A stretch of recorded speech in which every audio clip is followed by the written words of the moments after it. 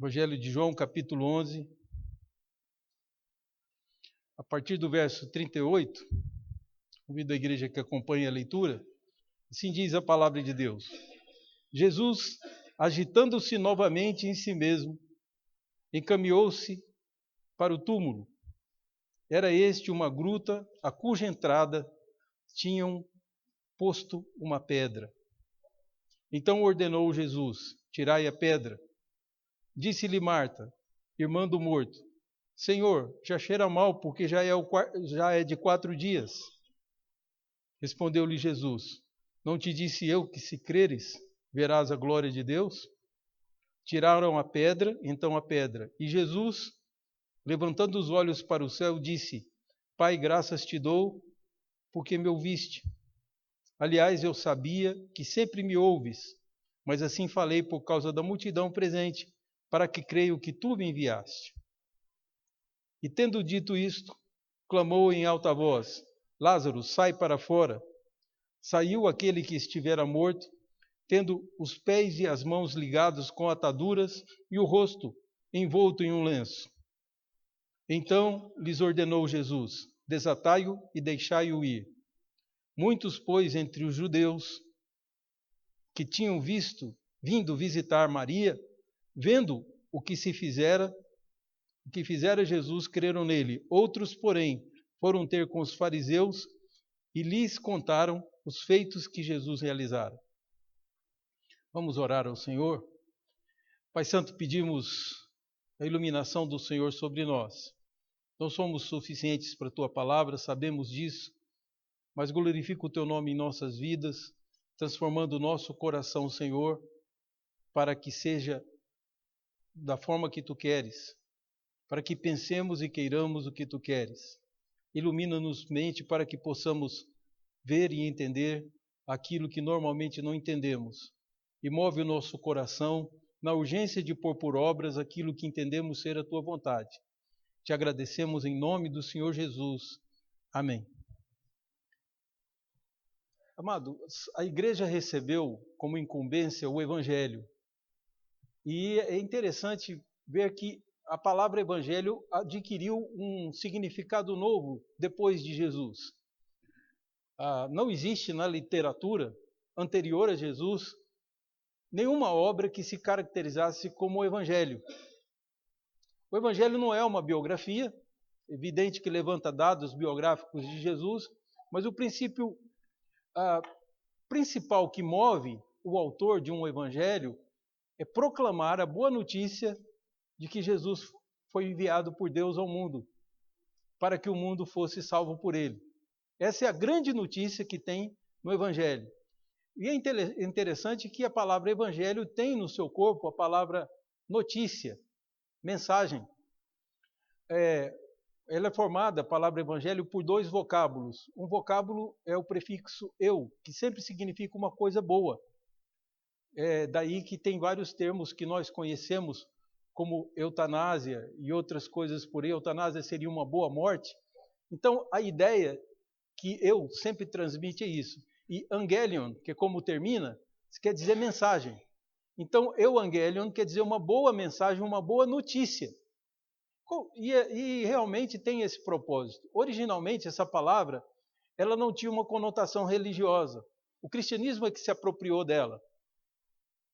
Euangelion seria uma notícia boa que se dava, geralmente era atribuído a algum soldado que corria na frente do exército.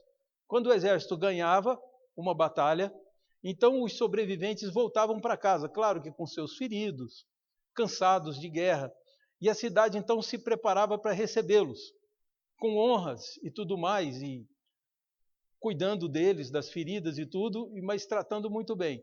Então havia um soldado que corria na frente para ser um mensageiro. Essa boa notícia de que eles haviam vencido era chamado de Evangelho, a notícia daqueles que venceram. E aí a cidade se preparava para o grande momento do encontro com aquele que venceu. E é interessante que o Evangelho de Jesus traz no seu bojo todos os 4 evangelhos, tanto os sinóticos.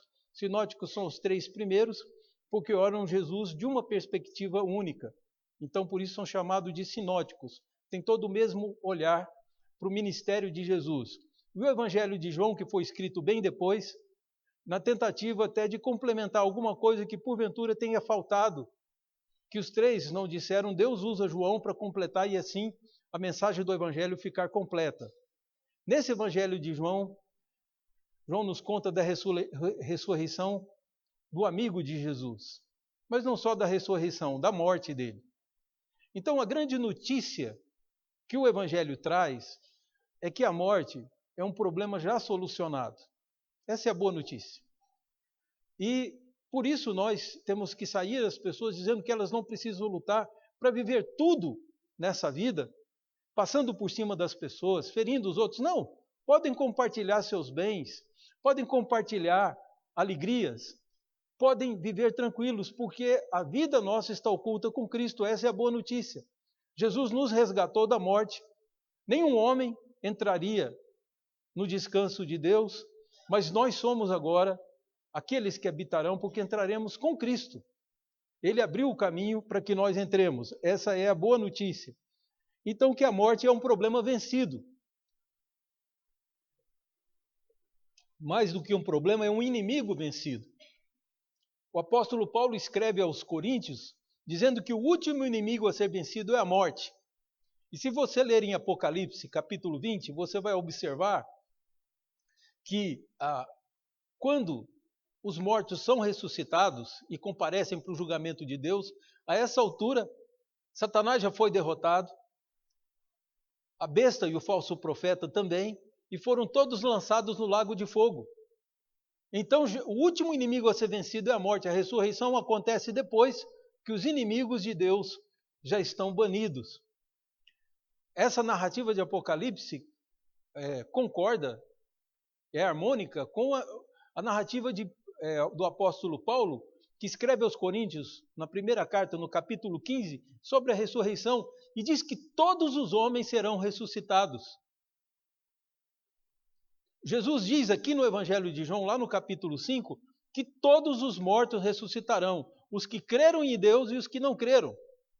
E os que estiverem vivos, logo depois terão seus corpos transformados. E tendo seus corpos transformados, recebem um corpo que não pode ser destruído, um corpo que não fica doente, um corpo que não envelhece.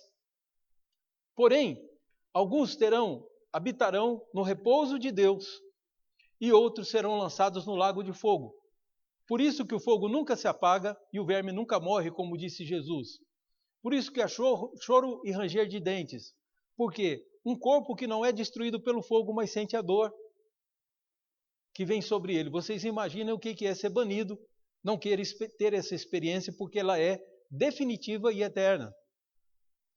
O que nós temos aqui diante de nós? Jesus veio em socorro de nós. Nesse evangelho nós vemos nitidamente, Jesus deixa até que o seu amigo Lázaro morra, para mostrar em Lázaro, nos dar algumas lições que podemos aprender com a morte. A morte nos ensina algumas coisas, ainda que seja o nosso último inimigo a ser derrotado e vai ser banida para sempre.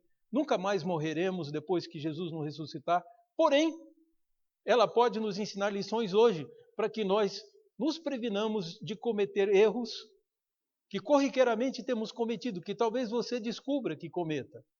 E aqui então a morte nos traz essa notícia. Nós sabemos que Jesus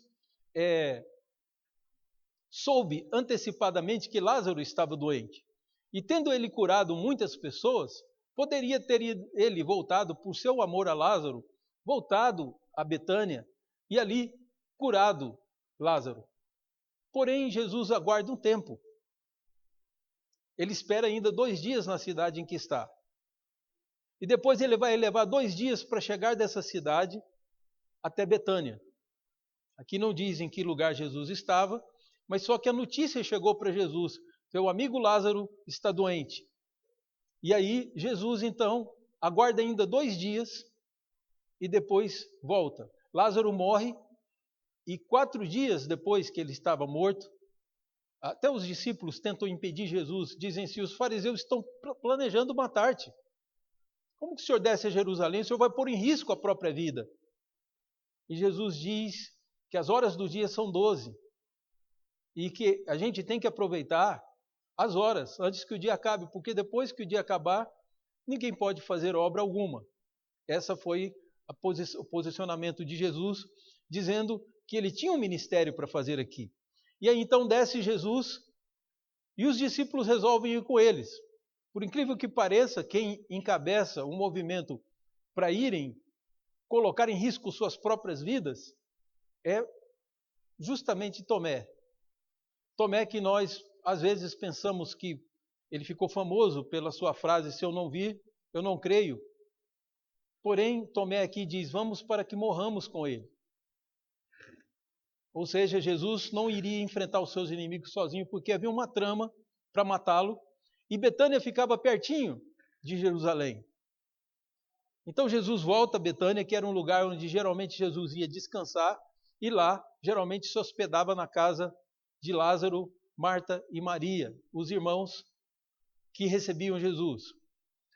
Até interessante que a palavra Betânia tem um significado assim, seria casa de consolo ou casa de descanso, basicamente, né? É uma casa para você descansar, para você ficar em paz. Essa que seria a ideia do nome Betânia.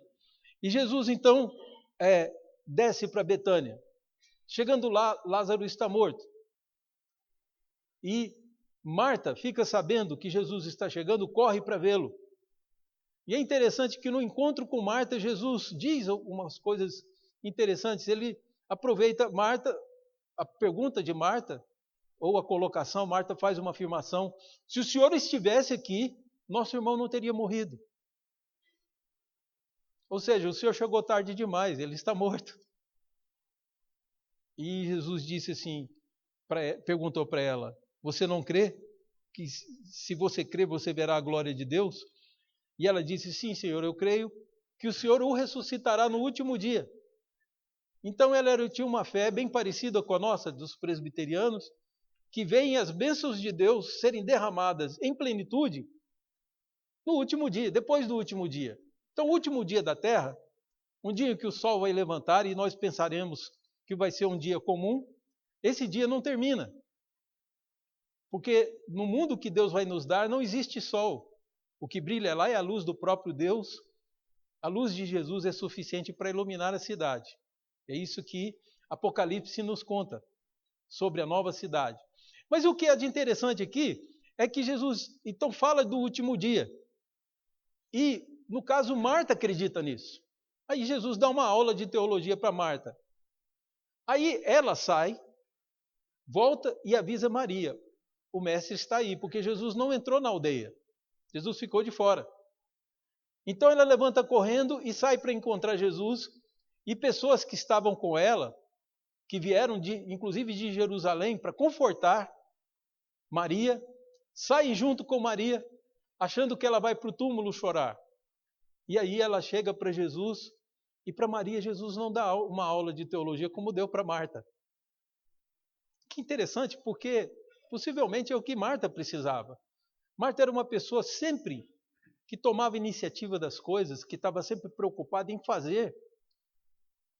Enquanto que nós temos narrativa da Bíblia que Maria era aquela que queria aprender, queria comunhão com Deus.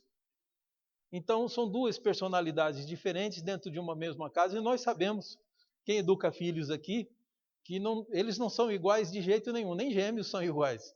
Eles têm cada um a sua própria personalidade. E aí, por Maria ser aquela que ouvia, talvez Jesus não tivesse nenhuma lição. Jesus fez, ressuscitou Lázaro. Ele disse simplesmente para ela: o teu irmão vai ressuscitar. Eu sei que o Senhor ressuscitará ele no último dia, disse Marta. Mas para Maria, ele não disse, só perguntou: aonde está o túmulo dele? Vamos ao problema.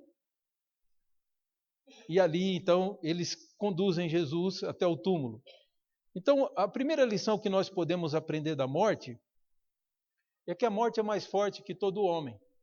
É mais forte que você, é mais forte que todos nós. É por isso que todos morremos. A morte está nos cercando e a gente faz questão de não pensar nela, de não falar nela. de não aprender lições com ela. Mas o livro de Eclesiastes não nos ensina exatamente o contrário, que devíamos fazer o contrário. Porque se você for numa festa, você não vai aprender nada. Mas se você for num enterro, num ofício fúnebre, você vai estar de frente com a morte e vai aprender com ela algumas lições para a vida. Então, vamos aproveitar isso que o Eclesiastes nos ensina e aprender alguma coisa com a morte de Lázaro. E a primeira lição é: se dependesse de nós humanos, Lázaro não teria morrido. Suas irmãs não queriam que ele morresse. E pensaram, se o Senhor estivesse aqui, ia curá-lo. Só que ele, em vez de ser curado, ele morre. Há um aparente, em cada morte, a gente tem muitas vezes essa falsa impressão de que Deus se descuidou. E não é assim. Todos os nossos dias estão escritos, diz o livro de Salmos, no Salmo 139, que todos os nossos dias estão escritos no livro de Deus, cada um deles escritos e determinados. Então não cabe ao homem dizer a Deus quanto tempo de vida ele deve dar a nós. Quanto tempo de vida cada um deve ter. A morte é mais forte do que nós. A morte não existia nesse mundo e não é criação de Deus. A morte, na verdade, é uma consequência, meu querido.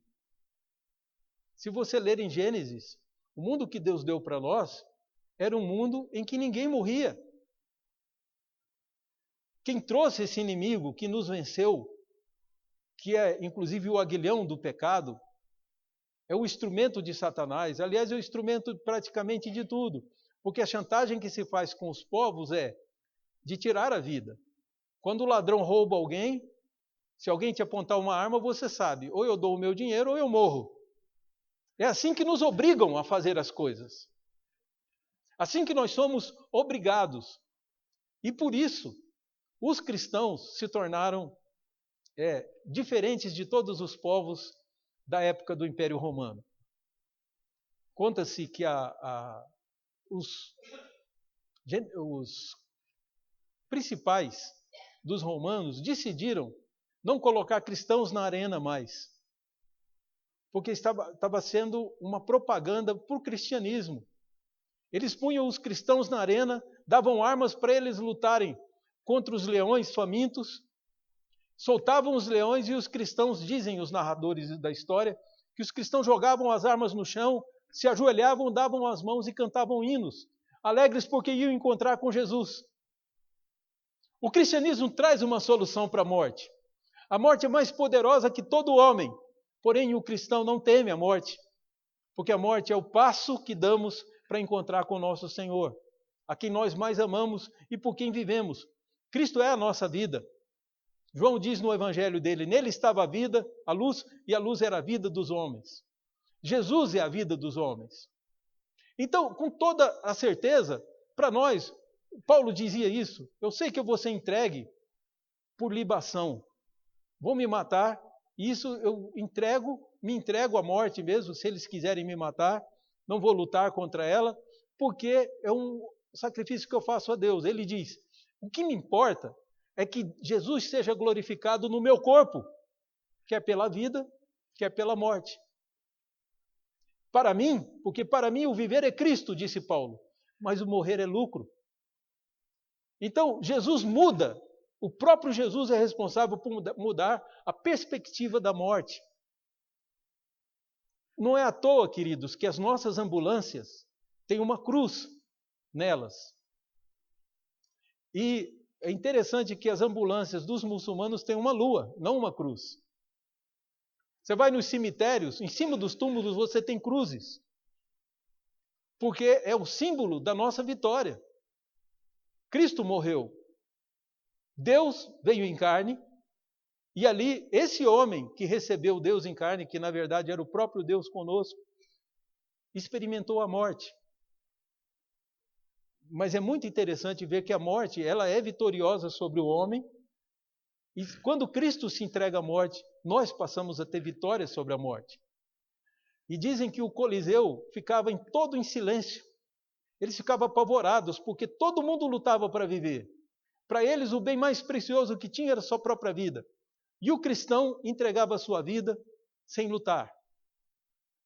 Então eles pararam de pôr os cristãos porque o silêncio que fazia e o medo que se abatia sobre o Coliseu era uma coisa tão estupenda que eles falaram: nós precisamos parar de pôr cristãos para morrerem na arena.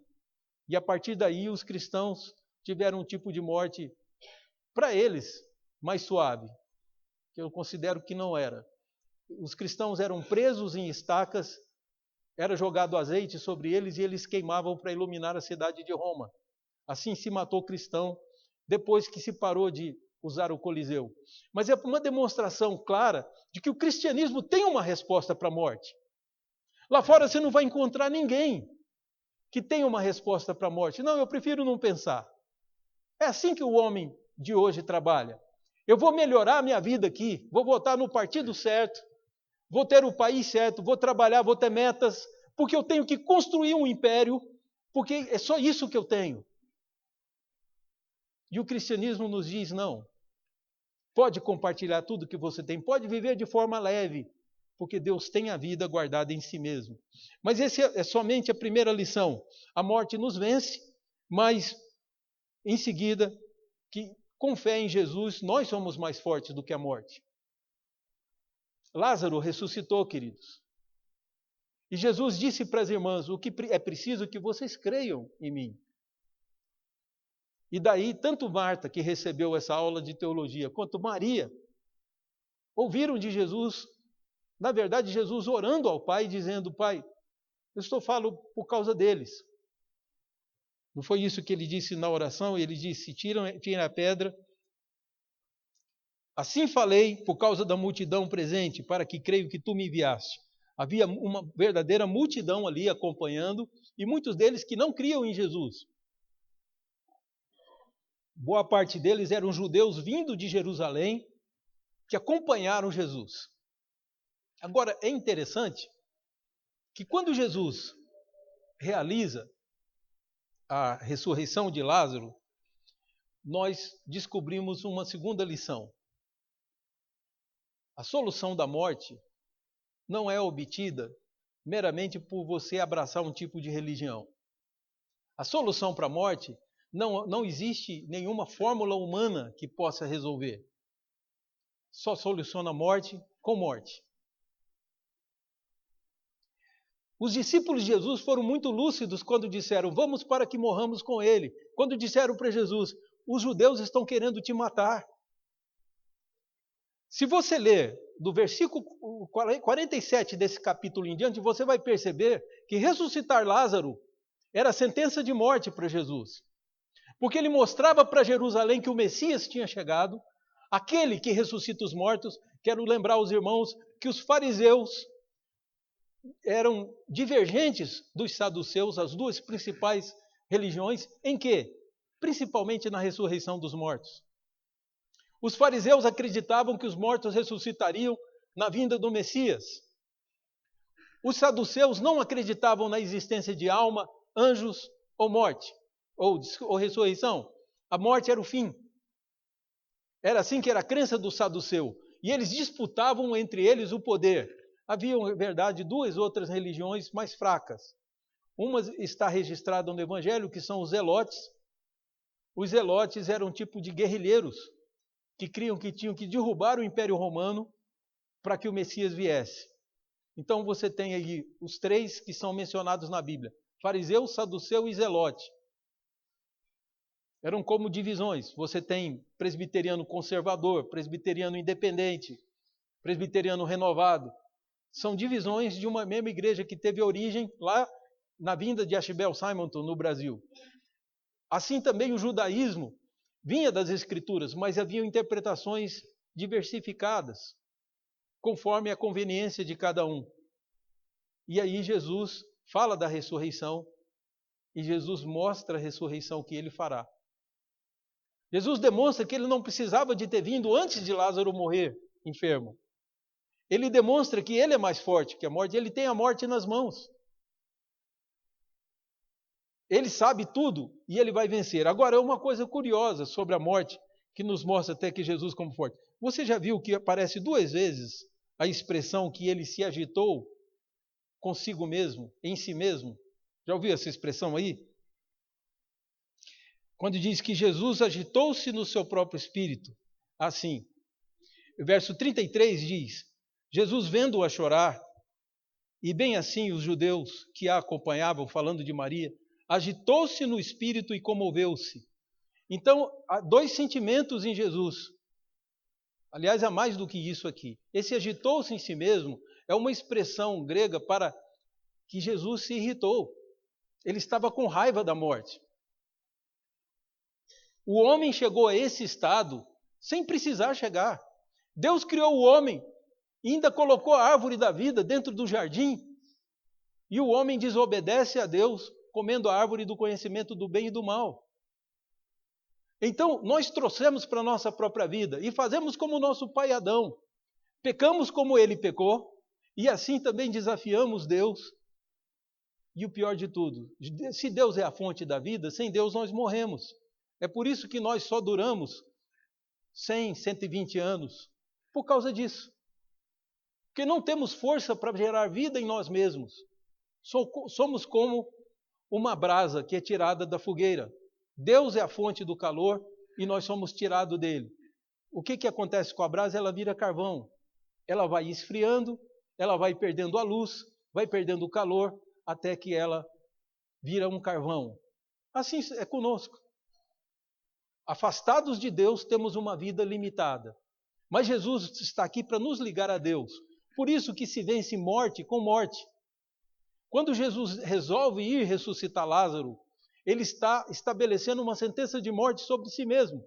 Porque os judeus queriam matá-lo, e Jesus enfrenta, por amor a Lázaro, para que Lázaro ressuscitasse. Olha, irmãos, vamos pensar aqui uma coisa, vamos raciocinar juntos.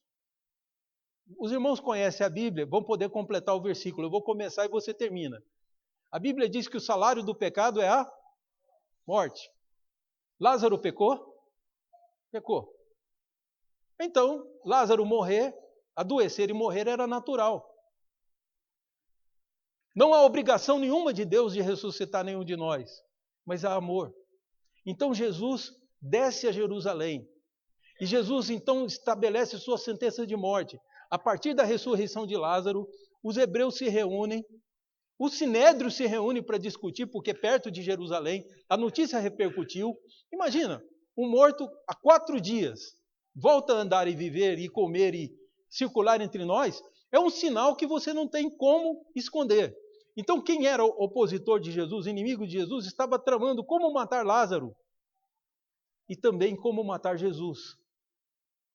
No Sinédrio foi dito isso: até quando nós vamos deixar esse homem fazer prodígios e sinais no meio do povo? Nós temos que acabar com isso. Foi aí que Caifás, que era o sumo sacerdote, disse: vocês não sabem de nada. Vocês não sabem que é preciso que um justo morra em favor do povo? Foi Caifás que disse isso.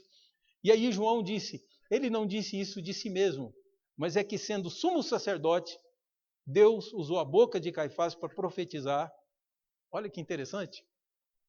Sendo sumo sacerdote, era a maior autoridade, era ele que poderia oferecer sacrifícios e matar animais pelo pecado do povo. Agora esse homem que, em vez de sacrificar animais, está dizendo, é preciso que um homem morra pelo povo. Da onde saiu isso? Do raciocínio dele? Diz João que não. Ele profetizou. Deus usou os lábios dele para dizer sobre isso. Então está tudo aqui do versículo 47 em diante, se você quiser ler em casa, porque não é o nosso assunto aqui. Nosso assunto aqui é a morte e a ressurreição. O que é de importante para nós, quando olhamos esse texto, é ver que Jesus assumiu a morte por amar a Lázaro. E aí ele vai ressuscitar Lázaro, mas ele provoca, ele mexe na ferida. A ressurreição de Lázaro é uma provocação, uma demonstração pública de que ele era o Messias, e todo mundo que afirmava publicamente que Jesus não era o Messias, que ele era uma farsa, não ia poder sustentar seu ponto de vista. É por isso que planejaram matá-lo a partir dali. Porque matando Jesus, julgavam ele. Eles, como que eles julgavam? Matando Jesus, provamos que ele não é mais forte do que a morte.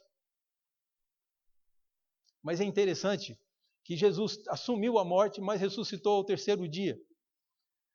E Pedro explica isso lá no livro de Atos. Pedro diz com essas palavras, queridos: É muito interessante a afirmação de Pedro. Pedro diz: e ele ressuscitou ao terceiro dia. Ao terceiro dia ele foi livre dos grilhões da morte. Grilhões são algemas, correntes da morte. Diz, porque era impossível que ele fosse retido por elas. Então Pedro coloca de um jeito que nos demonstra que o milagre não foi Jesus ressuscitar, porque ele é o autor da vida.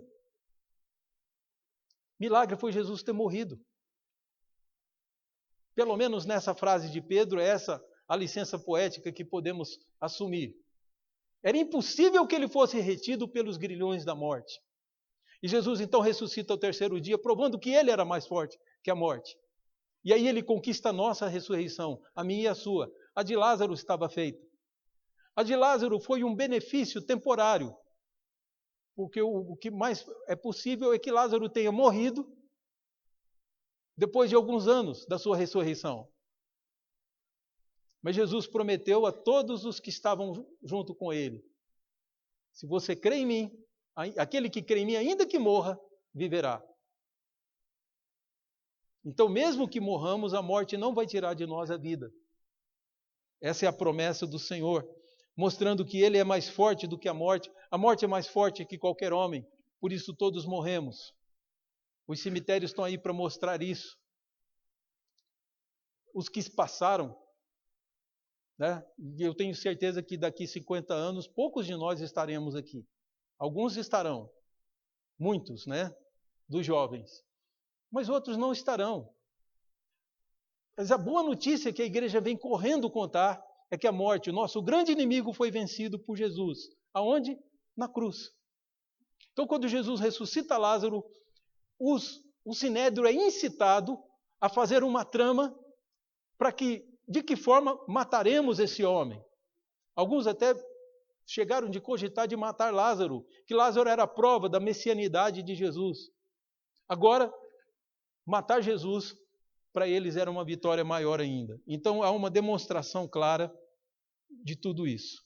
Então, com essas verdades em mente, que a morte é mais forte que o homem, mas Jesus é mais forte que a morte, e mais ainda do que isso, Jesus nos ama. Ele enfrenta a morte por causa de nós, para que nós tenhamos vida. Isso é extraordinário. Então, diante desse fato, é que nós temos essa realidade. A morte é uma coisa presente, mas não imagine que a ressurreição também não seja. É tão histórico e tão verdadeiro quanto a própria vinda de Jesus e a sua ressurreição. E sobre essa questão da morte é tão interessante, eu me lembro de uma irmã nossa, lá de Goiânia, que nós fomos fazer um culto na casa dela e todo mundo fez, segundo ela, o que todos fazem. Tinha um quadro do pai dela, já falecido, na parede. E todo mundo que passa, olha aquele homem de cabelos loiros compridos e olhos claros, todo mundo fala assim, puxa, que homem bonito. As pessoas passam e falavam. E ela falou, eu queria morrer cedo como meu pai. E todo mundo ia falar isso sobre mim. Né? É o que todo mundo falava. Aí o marido dela, que era tinha um raciocínio rápido, falou na hora, mas o que adianta elogiar ele agora? Ele não pode ouvir. Então foi interessante o embate dos dois, porque o que ele estava dizendo é isso. O que adianta? Eu quero glória sem vida? Ou é preferível a vida sem a glória? Então nós teremos as duas coisas, viu, queridos? Nós vamos ressuscitar. Há muitas coisas que a Bíblia não nos revela. Com que idade que eu vou ter quando ressuscitar? Né? A Bíblia não diz se teremos todos 20 anos de aparência física, biológica. A verdade é que não teremos doenças mais, seremos todos transformados. Todas as dores nossas desaparecerão. Então, eu preciso glorificar Jesus e viver para Ele. A única exigência que Deus faz é que nós creiamos. E a fé é só um sinal de que Deus te moveu para se converter. Então, na verdade, a fé é uma resposta que nós damos a Deus, mas uma resposta que Ele mesmo colocou em nós. A fé é presente de Deus, diz Paulo aos Efésios. Portanto, Toda salvação é 100% de Deus. Não viva para si mesmo. Não viva para executar as suas ideias, seus pontos de vistas. Vou transformar o mundo, transformar o Brasil, transformar a igreja e vou transformar Deus. Não pense isso. O nosso Deus é imutável. Nós é que temos que nos adaptar a Ele. E daí é que o meu pensamento tem que ser: Senhor, vou viver para a Tua glória. Eu não tenho dúvida que todos nós precisamos de glória. Mas a glória que nós precisamos é do Deus glorificado. A nossa glória, ela é passageira e sem sentido. E Paulo diz: todos pecaram e destituídos estão da glória de Deus. E Jesus veio para restaurar. E Jesus venceu a morte. E Jesus ressuscitou ao terceiro dia como uma demonstração. É interessante a figura que é usada no Novo Testamento. Ele é chamado de primogênito de muitos irmãos por causa disso. Que ele é o primeiro a ressuscitar. E aí, no dia da sua vinda, nós, os que creram nele, serão ressuscitados. O apóstolo Paulo, por essa razão, diz que se com a sua boca você confessar que Jesus é o seu Senhor, e no seu coração você crer que Deus o ressuscitou dentre os mortos, você será salvo no dia do juízo.